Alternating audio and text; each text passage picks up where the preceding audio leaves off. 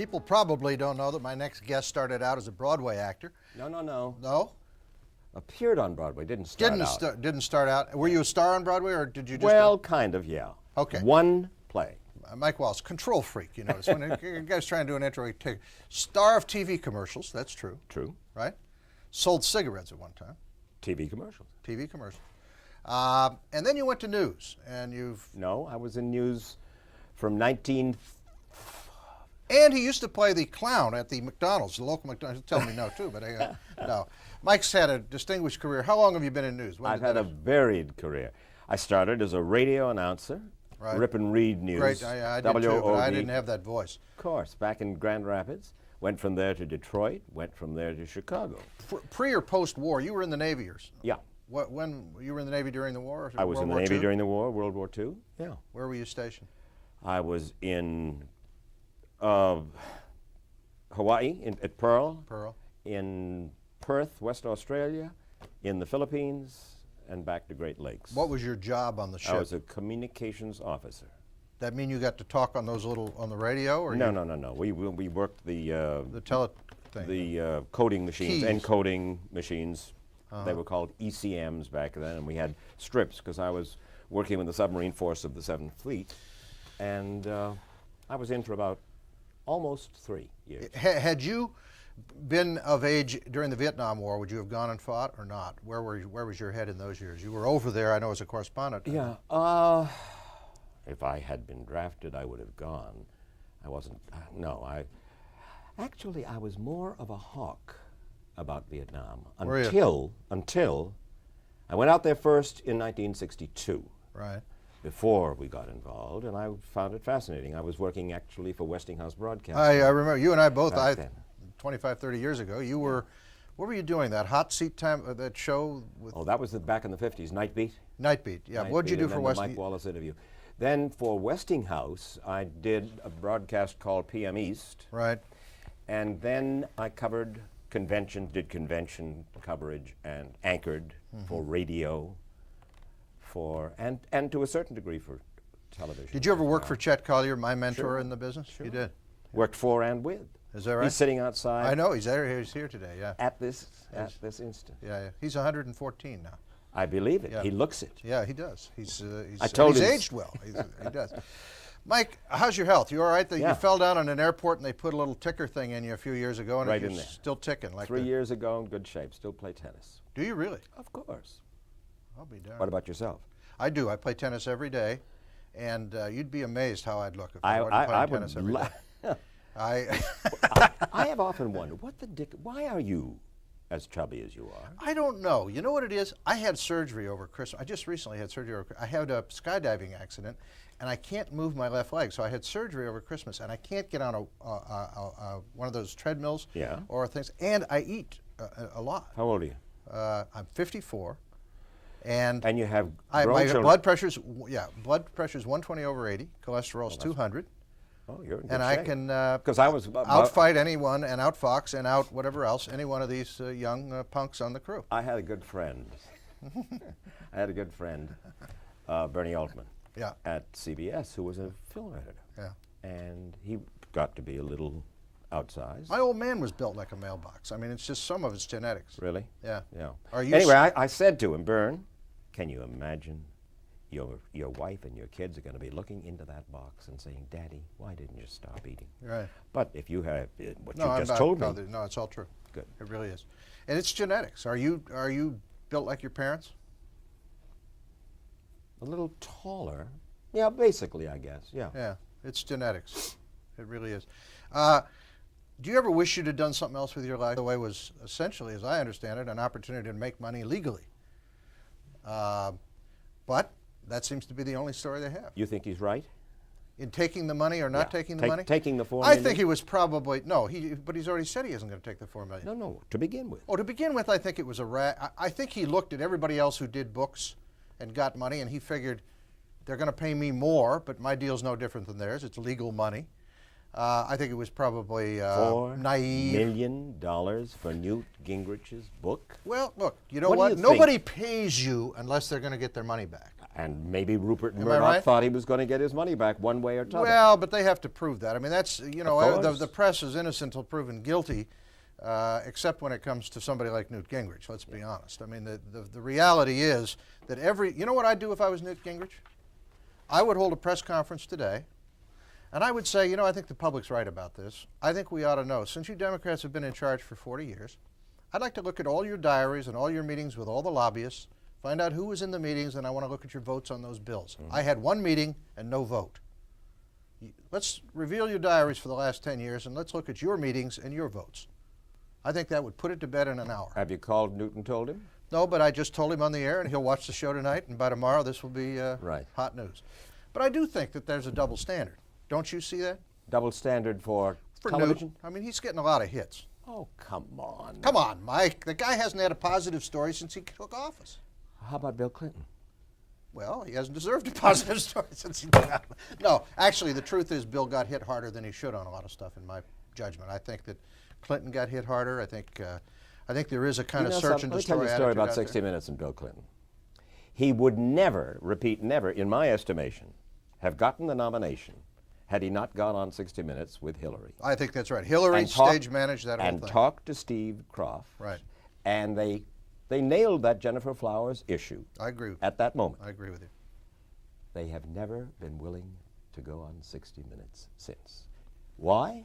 Because they've told Don Hewitt, well, you edited badly, you didn't deliver what you promised, can you believe it? Well, I think that anybody who gets that high up, and you've been around them all your life, I've been around them all my life, there's a great reluctance to put yourself back in the line of fire once you've dodged a bullet. And I think they figured we got elected, we dodged the bullet, let's not get back out there in the line of fire. I mean, I understand that. But do you think there's a little more of a search and destroy attitude today than there used to be on public officials, whether it's Bill or Newt? No more today than, come on. Than ever. No, I mean, look, go back to Vietnam. Right. And that's really when it started. Right. Then bring along Watergate. Right. And right on through. Ronald Reagan knew how to handle us. And he had a team that knew how to handle us. Jim Baker was smart, and Mike Deaver was smart. Ed Meese in his own way was smart. And Ronnie Reagan. He just never let it hit him. Didn't That's get through, right. did it? I mean, when you talk Teflon. Yeah. He just really didn't care. Maybe he didn't hear it. I mean, I don't know. No, he heard it. He heard it, but he was He screwed. is going to be, in my estimation, much more, not reverently, he's going to get a better, history is going to do more for Ronald Reagan than was done for him by the current press. I'm very curious to see this Morris book that's eventually going to come out. Yeah, the new book. About him. And you know who else is going to get it? I mean, a better treatment? His wife, Nancy. I think that's probably Nancy right. had a great deal to do with a lot of things that went on that Very were interesting. good. You heard it here first. We have to take a break. We're with Mike Wallace. Stay with us.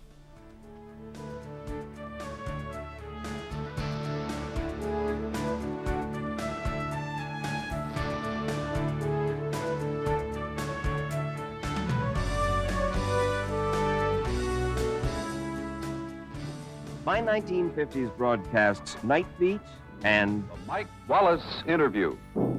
were unrehearsed, no retake. Whatever the guest said or did, the viewer saw and heard. Maybe my brain isn't big enough.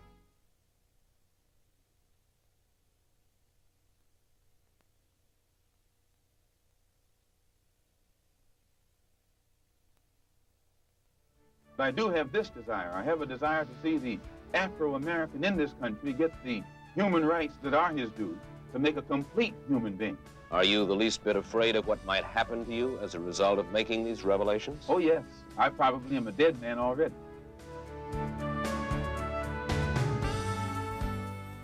It's funny because I was working for Westinghouse, and I did some shows with Malcolm X for Westinghouse, and you did. And when he softened up, essentially, his hardline position is when he got killed, right? Right. Actually, he got killed in my estimation. You know, who knows really who did it.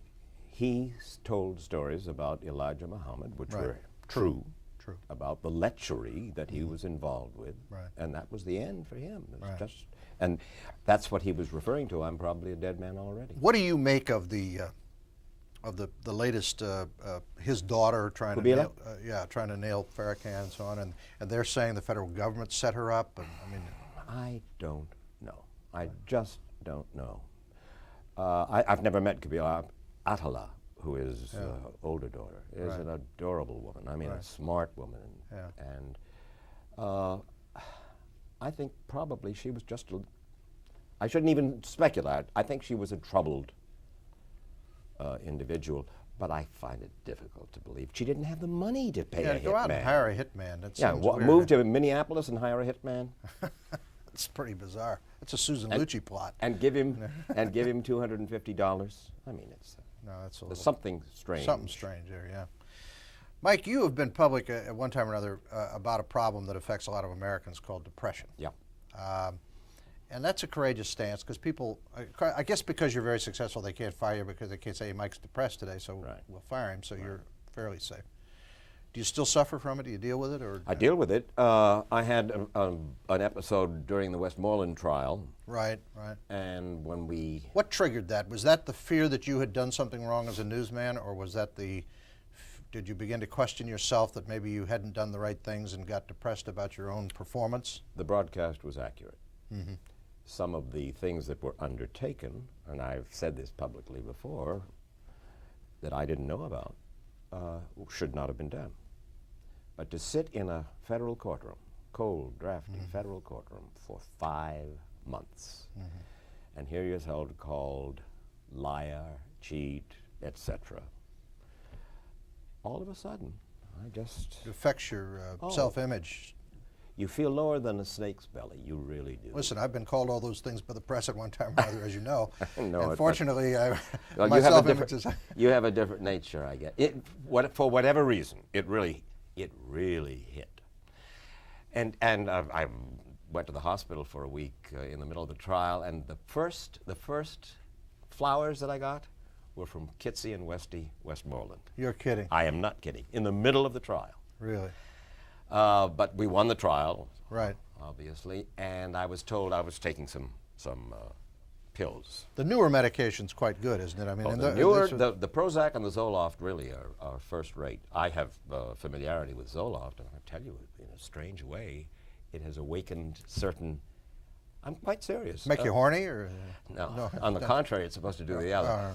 But I'd forgotten about that kind of thing anyway. But what thought I'd trick you, but what it does is, in a strange way, it makes you more alert, makes you more aware of what's going on around you. Yeah. It's a very strange thing. Makes you feel good. Do you have to take it every day, though? I mean, you have to keep it even. Yeah, I'm probably going to have to take it for the rest of my life, the doctor says, because I've had 2 episodes since the one in 1984, and he says, at your age, research shows, stay on it. What do they know about depression? Is it something you've carried inside you all your life and was triggered at some point? I know the death of your son may have triggered. Was that the first time you experienced it deeply? Or? Yeah. No, I didn't. It was a horrible business, of course, and divorce, and setbacks, professional setbacks, all of those things, and something chemical inside. And to some degree, it's supposed to be genetic. Yeah. The thing that's important to understand is that it is curable. Almost, I would think 9 or 9.5 times out of 10. Curable through, I believe, chemical, drugs, plus talk. In other words, therapy, just sitting having conversation, getting it out. That's correct. I heard Art Buchwald helped you some during that time. Art Buchwald, Bill Steyer, and I have houses close by each other in the summer. And we were going through it more or less at the same time. Right. And so these three depressed guys sitting around. Geez, you can't believe it. But you can get some great laughs out of depressed guys, can you? Yes. But Art Buchwald, no matter where he was in the country, every night would get on the phone with me and listen to my complaints for a half hour. Really? Every night. Did you ever get close to killing yourself? Thought about it. Have you? Oh, of course. And what'd you think? Gun? Oh, no. Pills? No, pills. Not out the window, kind of. Oh, no. Messy. I was down in the Caribbean. I played tennis, and Ivan Lendl was down there. I didn't know him, but he was practicing. I was feeling so bad that I couldn't even, I didn't even want to watch Lendl as he was. Right. And I must confess, I looked at the beach and the water and thought to myself, They say it's an easy way to go. that's what they say. That's what they say. Would you have ever done it? Would you do it at the end of your life if you were really sick? Yes. You would. Yes. Assisted suicide. Assisted suicide, yeah. No, look. Would you call it Kevorkian or just like do it yourself? There are ways To do it without that? There are ways to do it. Look, if let's say I'm now 76, let's say at 79 or 81 or 77, and I was really a kind of a vegetable, and I was in pain, Right. and I was giving pain to everybody around me too. I can understand. At least I say now, I can understand somebody wanting to do it. Can't you? Yes, I can. We have to take a break. We're talking with a great journalist and a great guy, Mike Wallace. Stay with us.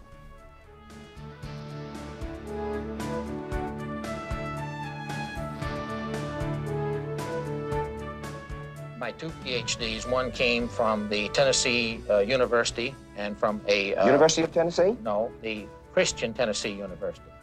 And I got one from Florida, Tennessee.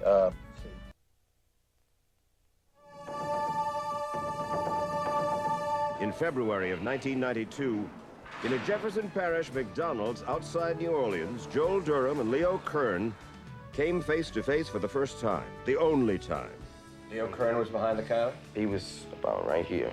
Yeah. About where you are from me, across the counter. Yeah. I didn't know I killed him. I knew the gun went off. I heard the gun hit steel. The bullet hit. I heard boom, tang. Tell me about that clip. What are we looking at there? 3-hour show on violence. They're wiping prime time, CBS, on Thursday, January 26th. And they're devoting that 3 hours to 9 stories, Rather, Bradley, and me, 3 apiece. And it's a stunning.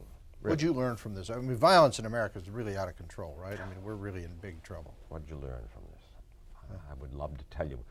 I think that what I learned is that it all starts with the family. I know. It does start with the family. You've got kids, I've got kids. I know, but if you say that out loud, of course, if you come from a certain political direction, you say that, they say, you're a right-wing crazy. But the fact is, family's really Well, that's what we're important. saying in this 3 hours. Yeah. It starts with the family. And in a family where the mother or the father, if there is one, if they're on drugs themselves, or they are hardly role models. What did you think of the orphanage debate? It's a sensible debate. I mean, it started as, it sounded on its face Pretty cold. cold, cruel, callous. But the fact of the matter is, Given a choice of dropping them in a dumpster or taking them to an orphanage, You got the it. orphanage looks better. you got it. Yeah.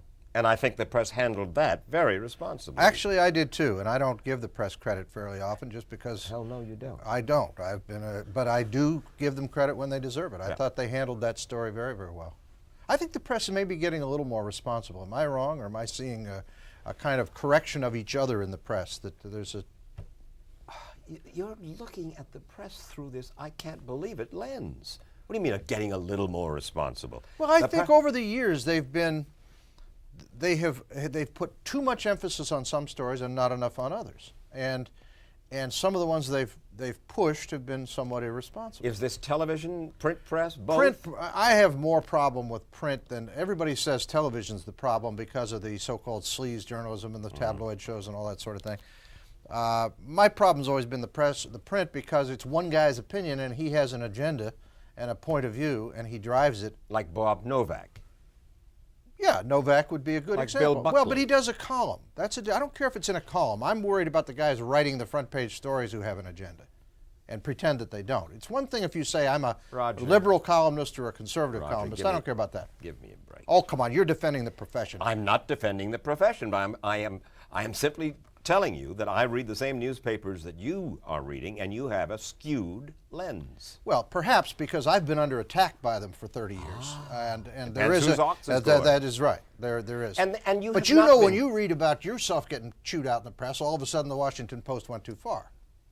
Well, you agreed that. Well, I of didn't course say they I went too agreed. far. I think the Washington Post. I didn't say they went too far. I said that it didn't belong on the front page. That's all Okay, I said. Okay, I agree with that. It didn't even belong in the gossip column as far as I was concerned. But that's a separate issue. Tell me when this show's coming up again on CBS. What?